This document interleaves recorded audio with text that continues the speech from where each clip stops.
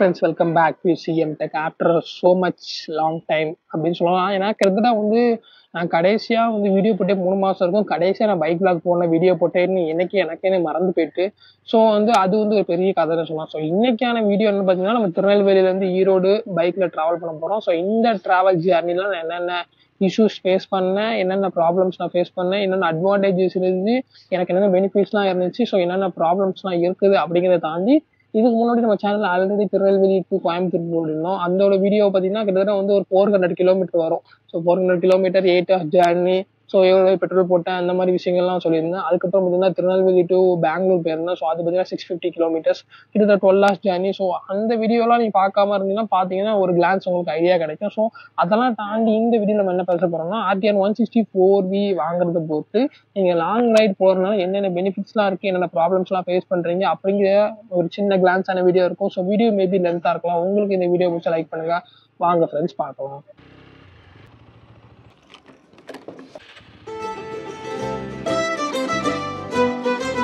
எங்க போற?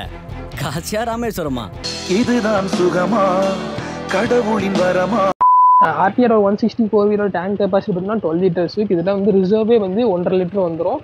ஸோ அது போக இருக்கிற ஒவ்வொரு பாயிண்ட்டுக்குமே ஏற்ற மாதிரி ஒரு லிட்டர் அப்படி கணக்கு வச்சுக்கோ.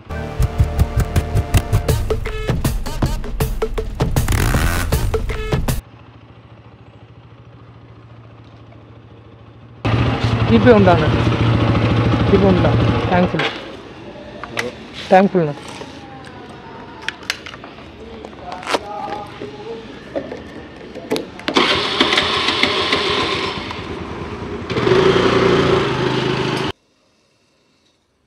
தூக்கத்தை சிந்திராமண்ணா பார்த்துக்கோங்க.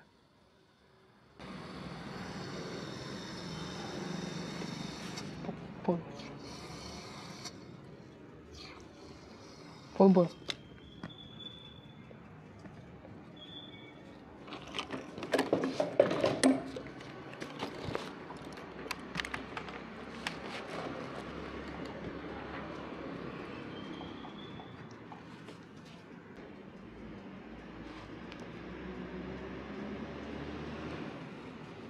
கம்மி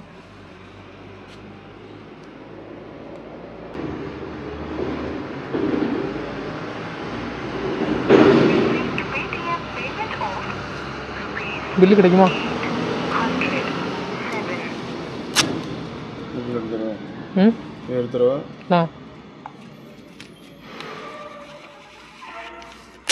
நன்றிகள். ஸோ கிட்டத்தட்ட வந்து 807 ரூபாய்க்கு பெட்ரோல் போட்டிருக்கோம். கிட்டத்தட்ட வந்து 7.99 லிட்டர்ஸ் அப்படிங்கிற கெப்பாசிட்டியில் இருக்கிற பெட்ரோல் காமிக்கி கிட்டத்தட்ட வந்து டேங்க் ஃபுல் ஆயிடுச்சு அப்படின்னு சொல்லலாம். ஏன்னா ஆல்ரெடி நம்ம டேங்க்ல இருக்க பெட்ரோல் பிளஸ் வந்து இப்போ போட்ட பெட்ரோல்லாம் சேர்த்து கிட்டத்தட்ட வந்து 12 லிட்டர் கெப்பாசிட்டினா 12 லிட்டருமே பெட்ரோல் போட முடியாது. கிட்டத்தட்ட வந்து ஒரு 11 லிட்டர் வரைக்கும் பெட்ரோல் போட்டுக்கலாம் அப்படின்னு சொல்லலாம். ஸோ வந்து நம்மளோட கணக்கு பார்த்தீங்கன்னா வந்து இந்த 8 பாயிண்ட்டுக்கு ஏற்ற மாதிரி 8 பாயிண்ட் ஒரு பாயிண்ட்டுமே ஒவ்வொரு லிட்டர் கணக்கு வச்சிங்கன்னா, ஸோ ஆவரேஜா என்னோட கால்குலேஷன் பார்த்தீங்கன்னா வந்து நீங்க 1 லிட்டருக்கு வந்து கிட்டத்தட்ட வந்து ஒரு 6500 RPMல வந்து நீங்க வண்டி ஓட்டுற மாதிரி இருந்துச்சுன்னா, 1 லிட்டருக்கு நான் வந்து சிட்டிக்குள்ள வந்து என்னோட வண்டி பார்த்தீங்கன்னா வந்து 45 to 50 கிலோமீட்டர்ஸ் மைலேஜ் கிடைக்கும். ஸோ வந்து டோட்டலா 8 லிட்டருங்கும் போது நம்ம வந்து 50 கிலோமீட்டர்ஸ் வச்சா கூட நமக்கு வந்து 400 கிலோமீட்டர்ஸ் வந்து கவர் ஆகணும்.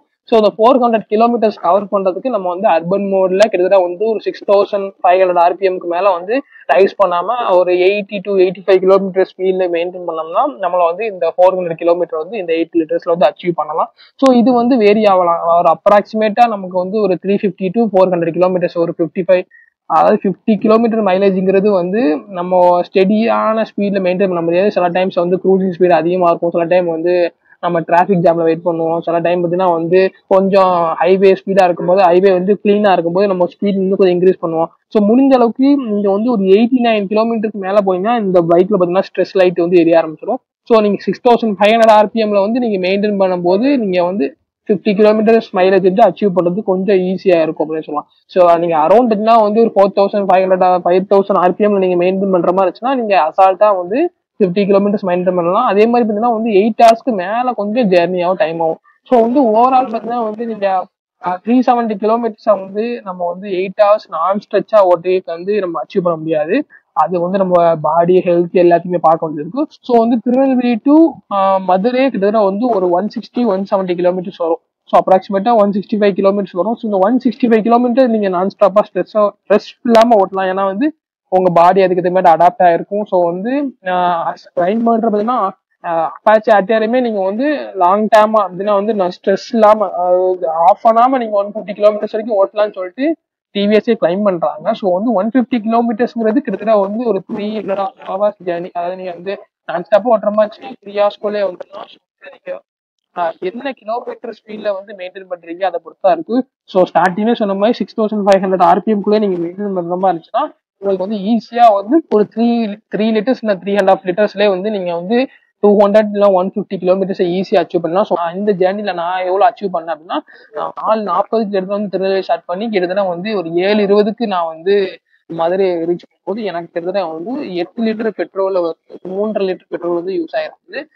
ஸோ ரொம்ப முக்கியமான பாயிண்ட் பார்த்தீங்கன்னா வந்து 800 ரூபா பெட்ரோல் போட்டிருக்கும். ஸோ வந்து ஒரு 2 பர்சன் நீங்க வந்து பைக்ல டிராவல் பண்ற மாதிரி இருந்துச்சுன்னா ஒரு பர்சனுக்கு வந்து நீங்க பஸ்ல டிராவல் பண்ற மாதிரி இருந்துச்சுன்னா ஈரோடு டு திருநெல்வேலி வந்து ஒரு 350 to 400 ருபீஸ் வந்து பஸ்ல சார்ஜ் பண்ணுவாங்க. ஸோ அந்த அமௌண்ட்டை வந்து நம்ம 2 பேரா பைக்ல டிராவல் பண்ணும்போது நம்ம 800 ருபீஸ்க்கு அப்ராக்சிமேட்டா வந்து 2 பேருக்கு டிராவல் டைம் ஆகும். ஸோ அந்த அமௌண்ட்டை வந்து நம்ம டேலி பண்ற மாதிரி இருந்துச்சுன்னா நீங்க வந்து 2 பேரா டிராவல் பண்ற மாதிரி இருந்துச்சுன்னா உங்களுக்கு வந்து பஸ்ஸுக்கு கொடுக்கக்கூடிய பிரைஸ்ல வந்து நீங்க டிராவல் பண்ண முடியும். அதை அச்சீவ் பண்றதுக்கு தான் நம்ம வந்து இந்த ஜெர்னி வந்து ரொம்ப முக்கியமான விஷயமா இருக்கும். ஸோ வந்து என்னோட மோட்டிவ் பார்த்தீங்கன்னா வந்து நம்ம ஒரு தடவை டேங்க் ஃபுல் பண்ணிட்டோமா அந்த டேங்க் ஃபுல்லே நம்ம வந்து 400 கிலோமீட்டர் அச்சீவ் பண்ணிட்டோம் அப்படின்னா நம்மளோட பெரிய சக்சஸா இருக்கும். ஸோ அந்த வகையில பார்த்தீங்கன்னா வந்து நான் இந்த ஜெர்னில வந்து 400 கிலோமீட்டர் அச்சீவ் பண்ணணும் அப்படிங்கிறத நீங்க வந்து இந்த வீடியோல ஃபுல்லா பார்க்க போறீங்க. ஸோ ஆல்ரெடி நான் வந்து கோயம்புத்தூர் டு திருநெல்வேலி வந்திருந்தேன், திருநெல்வேலி டு கோயம்புத்தூர் போயிருந்தேன். ஸோ அந்த வீடியோலுமே வந்து நான் ஒரு சில மிஸ்டேக்ஸ் எல்லாம் பண்ணியிருந்தேன். ஸோ அந்த மிஸ்டேக்ஸ்லாம் இந்த வீடியோல பண்ணாம இருக்கேன். இந்த ஜெர்னில வந்து நான் வந்து 6500 RPM மெயின்டைன் பண்றதாகட்டும், வண்டியை வந்து ஸ்ட்ரெஸ் பண்ணாம வந்து ஃபுல் அண்ட் ஃபுல்லி வந்து ஃப்ரீயா ஃபுல்லா டிராவல் பண்ணி எக்ஸ்ப்ளோர் பண்ணேன். ஸோ அந்த வகையில வந்து எனக்கு வந்து அச்சீவ் பண்ண முடிஞ்சுது அப்படின்னு சொல்லலாம். ஸோ அதுதான் நீங்க வந்து இந்த வீடியோல பார்க்கணும். டிராவல் வந்து நீங்க வந்து ரொம்ப லென்த்தியா 8 hours ஜேர்னி டிராவல் பண்ணும்போது கண்டிப்பா வந்து நம்ம சீட்டிங் கெஸ்டர் பொசிஷன் அந்த மாதிரி விஷயங்கள்லாம் வந்து அஃபெக்ட் ஆகும். அந்த வகையில வந்து நீங்க R15 கம்பேர் பண்ணும்போது RTR வந்து நேக்கட் ஸ்போர்ட் பைக். ஸோ அந்த பைக்லயுமே ரைடிங் பொஸ்டர் வந்து ரொம்பலாம் வந்து எதிர்பார்க்க முடியாது. நீங்க வந்து ஒரு 3 மணி நேரம் டிராவல் பண்ணாலே உங்களோட பேக் சைடு சீட்டிங் பொசிஷன் வந்து கொஞ்சம் அன்கம்ஃபர்டபுளா தான் ஃபீல் ஆகும். ஸோ அந்த வகையில எனக்கு கொஞ்சம் பேக் பெயின் இருந்துச்சு, என்னோட கால் வந்து ஸ்ட்ரெஸ்ஸா இருந்துச்சு, அந்த மாதிரி விஷயங்கள்லாம் வந்து நான் அஃபெக்ட் ஆனவே சொல்லுவேன். ஸோ ரொம்ப முக்கியமான விஷயம் பார்த்தீங்கன்னா வந்து உங்க கியரிங் பொசிஷன்ல இருக்கிற 2 கால் மட்டுமே வந்து நம்ம வந்து ஸ்ட்ரைட்டா இல்லாம ஒரு சைடா லீனா இருக்கும். ஸோ அதை வந்து என்னால இந்த வீடியோ காமிக்க முடியாது. நீங்களே வந்து அப்பாச்சி ஓட்டும் போது உங்களோட பொசிஷன் அதாவது காலோட பொசிஷன் முட்டுக்கு கீழே பார்த்தீங்கன்னா வந்து ஸ்ட்ரைட்டா இல்லாம கொஞ்சம் வந்து ஒரு 45 டிகிரி வந்து சாஞ்சாப்ல இருக்கும். ஸோ அதெல்லாம் என்ன ஆகுதுன்னா கிட்டத்தட்ட 8 மணி நேரமே நீங்க வந்து அந்த மாதிரி பொசிஷன் இருக்கும்போது கண்டிப்பா அந்த இடத்துல வந்து பெயின் ஃபீல் ஆகும். ஸோ அந்த வகையில என்ன ஆகும்னா நான் அடிக்கடி வந்து என்னோட காலை வந்து மடக்கி பம்பர் மேல வைக்கிறதா இருக்கட்டும், இல்லைன்னா வந்து அப்பப்போ வந்து கீழே வந்து அப்படி ஃப்ரீயா ஓடுற மாதிரி இருக்கட்டும். ஸோ இந்த மாதிரி டைம்ல வந்து கொஞ்சம் காலோட பெயின் ரிலீஃப் வந்து ஃபீல் பண்ற மாதிரி இருந்துச்சு. ஸோ அது மட்டும் இல்லாம ரொம்ப முக்கியமான விஷயம் பாத்தீங்கன்னா 2 காலுமே பயங்கரமா வலிக்கும். ஏன்னா வந்து அப்பாச்சியோட ரைடிங் பொசிஷன் பாத்தீங்கன்னா முட்டுக்கு கீழே இருக்கிற பொசிஷன் வந்து ஒரு 45 டிகிரிக்கு வந்து சாஞ்சாப்ல தான் இருக்கும். இதுவே நீங்க R15 கம்பேர் பண்ணும்போது கொஞ்சம் பெட்டரா தான் இருக்கும். பட் இருந்தாலும் ரைடிங் பொசிஷன்ல வந்து ஒரு என்ன மாதிரி ஒரு 6 ஃபீட்டுக்கு அபோவ் இருக்கிறவங்க வந்து உட்காரும் போது கொஞ்சம் அன்கம்ஃபர்டா தான் ஃபீல் ஆகுது. அது வந்து நம்ம உண்மை செய்ய முடியாது. ஏன்னா நானே இன்பிட்வீன் டிராவல் என்ன பண்ணலாம், காலை வந்து ஃப்ரீயா வர்றதாகட்டும், இல்ல பம்பர் மேல வைக்கிறதாகட்டும், ஸோ முடிஞ்ச அளவுக்கு எங்கெங்க ரெஸ்ட் கிடைக்குமோ அந்த இடத்துல ரெஸ்ட் பண்ணிட்டு அப்பப்போ வண்டியை ஸ்டாப் பண்ணி கொஞ்சம் இடம் நின்று வெளியே வண்டி விட்டு வெளியே வந்து நடந்து இந்த மாதிரி விஷயங்கள்லாம் பண்ணனாலதான் என்னால வந்து 8 hours ஜேர்னி பண்ண முடியுதுன்னு சொல்லலாம். ஸோ அந்த வகையில வந்து ரைடிங் பொசிஷன் கொஞ்சம் ஒஸ்டா இருக்கும். ஆனா ரொம்ப ஒஸ்டா இருக்க முடியாது. என்னை பொறுத்த வரைக்கும் R15 கம்பேர் பண்ணும்போது டால் பர்சனுக்கு அப்பாச்சி வந்து ஓரளவுக்கு கம்ஃபர்ட் ஜோன் இருக்கதான் சரி சொல்லலாம். ஏன்னா வந்து நீங்க ரொம்ப கம்ஃபர்ட் எதிர்பார்த்தீங்க இப்போ வந்து எக்ஸ்பல்ஸ் ப்ரோ இல்லை எக்ஸ்பல்ஸ் சீரிஸ் எல்லாம் வாங்குற மாதிரி இருந்துச்சுன்னா அதுல இருக்கிற ஒரு பெரிய அட்வான்டேஜ் பார்த்தீங்கன்னா வந்து ரைடிங் பொசிஷன் நல்லா இருக்கும். அதுலயுமே வந்து பேக் பெயின் இருக்குதா சரி, சிட்டிங் பெயின் இருக்குதா சரி, ஏன்னா சீட் கம்ஃபர்ட் எல்லாம் அந்த அளவுக்கு இருக்காது. ஏன்னா வென்டிலேஷன் சீட் எல்லாம் கிடையாது. அப்படி நீங்க வென்டிலேஷன் சீட் எல்லாம் வச்சு பைக் வாங்குற மாதிரி இருந்துச்சுன்னா நீங்க வந்து ஒரு 950cc ட்ரைம்ப் 900 டைகர் அந்த மாதிரி போயிடணும். இல்ல BMW எனக்கு தெரிஞ்சு நீங்க வந்து ஹிமாலயன் வாங்கினாலுமே ஹிமாலயன் இருக்கிற சீட்டிங் பொசிஷனுமே வந்து நீங்க லாங்கா டிராவல் பண்ணும்போது கண்டிப்பா வந்து பேக் பெயின் இருக்குதான் செய்யும், சீட்டிங் பெயின் இருக்குதான் செய்யும். ஸோ அதெல்லாம் வந்து ஒரு பெரிய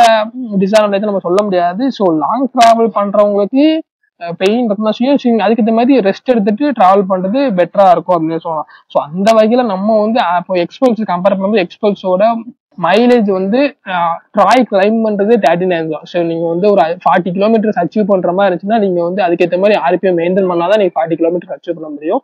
ஸோ அந்த வகையில இதுல 50 கிலோமீட்டர்ஸ் 50 பிளஸ் கொண்டு வரது கஷ்டம். 45 to 50 கொண்டு வரது கொஞ்சம் ஈஸியா இருக்கும்.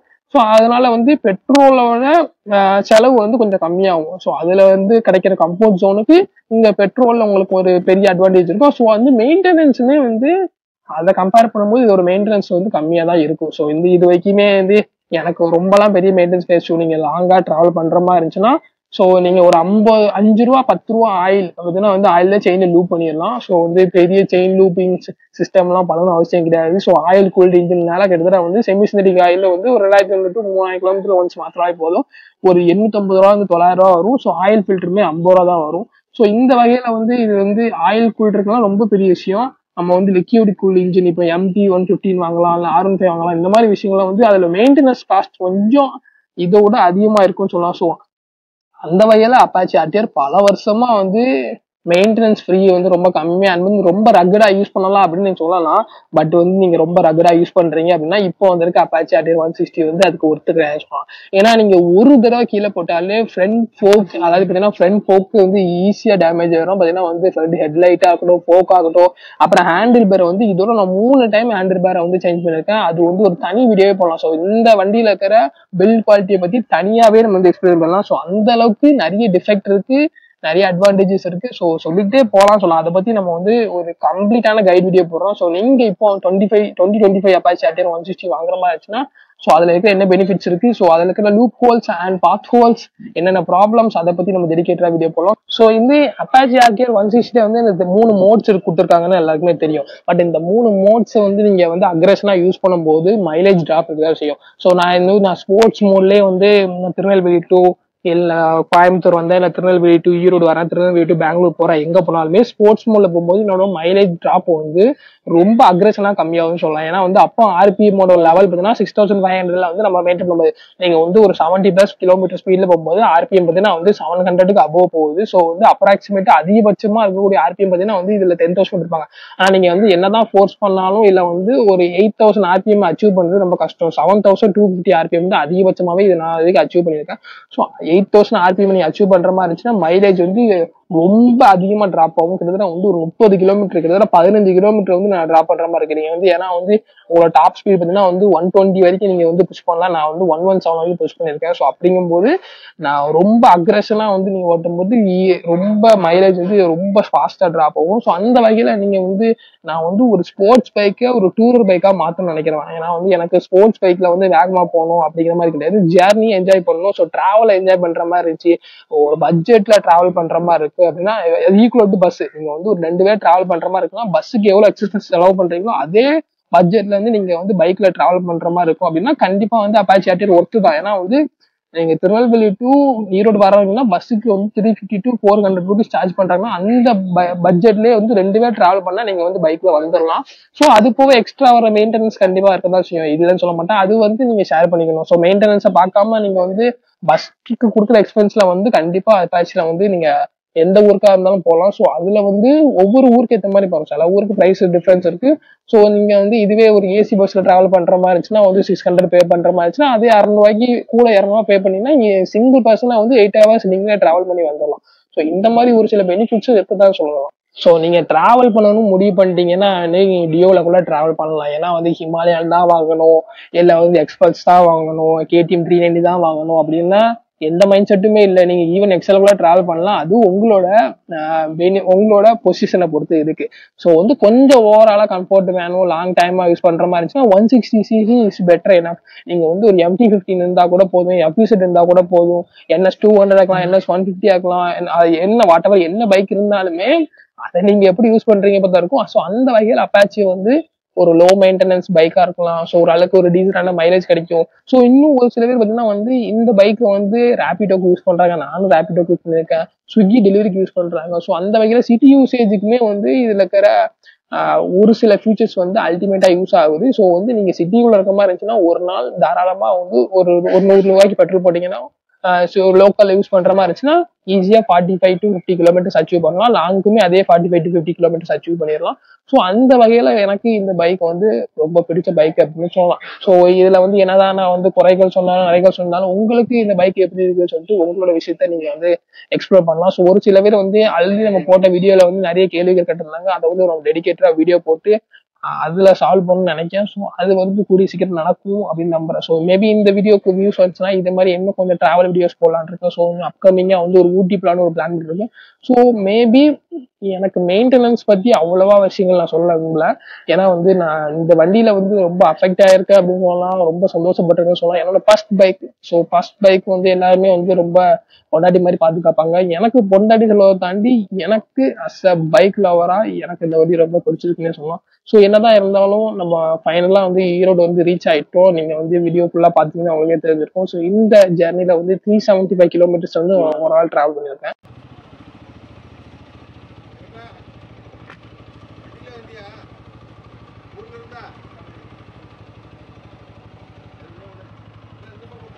ஸோ என்னோட ஓவரால் எக்ஸ்பீரியன்ஸை இந்த வீடியோல வந்து நான் சொல்லியிருக்கேனா சொல்லலையா அப்படிங்கிறது கடைசி வரைக்கும் பார்த்தா உங்களுக்கு புரிஞ்சிருக்கும்.